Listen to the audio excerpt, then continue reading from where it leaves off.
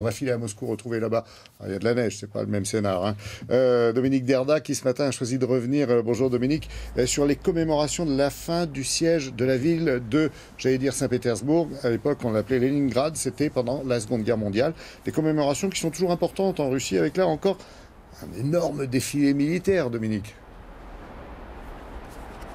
Oui, absolument, Laurent. Bonjour. La Russie, c'est vrai, aime les commémorations, surtout celle de la victoire sur l'Allemagne nazie. Elles ont remplacé depuis bien longtemps celle de la révolution d'octobre 1917. Et l'anniversaire de la fin du siège de Leningrad, il y a 75 ans, est une occasion que les autorités russes ne risquaient pas de laisser passer. L'objectif, c'est bien évidemment de saluer la mémoire des centaines de milliers de victimes de ce blocus, mais aussi d'exalter le patriotisme, la fierté nationale, qui sont les valeurs cardinales de la Russie de Vladimir Poutine. C'est ce que vous allez voir sur ces images rassemblées avec Patrice Hacheret et Volodya Sidorov. Sur la place du Palais à Saint-Pétersbourg, un défilé militaire pour commémorer la fin, il y a 75 ans, du siège de la ville, l'ancienne Leningrad. Dans les tribunes, des survivants du blocus et d'autres, plus jeunes. Notre peuple a montré combien nous étions capables de résister aux situations les plus difficiles. Je pense que c'est ce qui fait la force du caractère russe. Encerclés par les armées d'Hitler entre 1941 et 1944, ce sont plus de 800 000 personnes qui ont succombé au bombardement, mais surtout à la faim et à la maladie. 852 jours de siège qui ont profondément marqué les habitants. Je me souviens enfant d'avoir vu par la fenêtre un camion recouvert d'une bâche. Il y a eu un coup de vent, la bâche s'est soulevée et là j'ai aperçu des corps nus. Le camion faisait le tour de la ville et ramassait les cadavres qui s'accumulaient au fil du temps.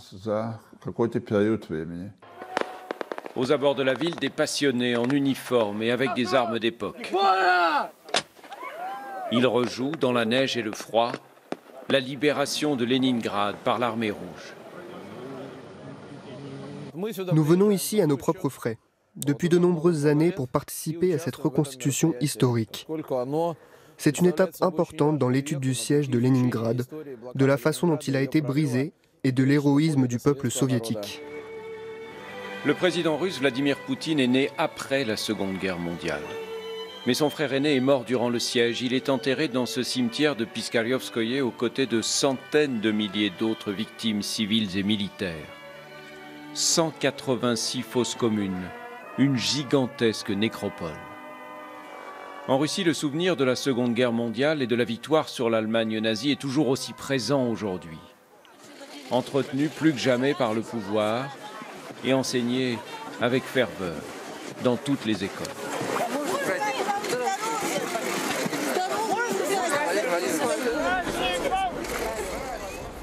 Et 75 ans après, Dominique, il paraît que l'Allemagne a fait un geste.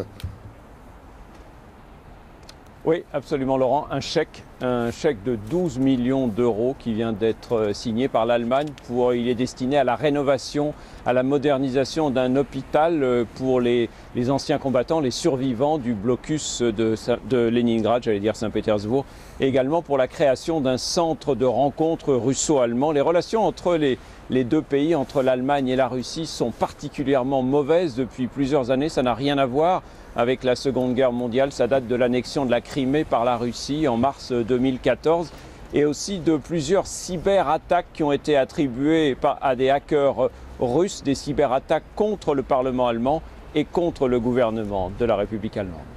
Merci beaucoup Dominique. Passez une belle journée à Moscou, vous et vos équipes.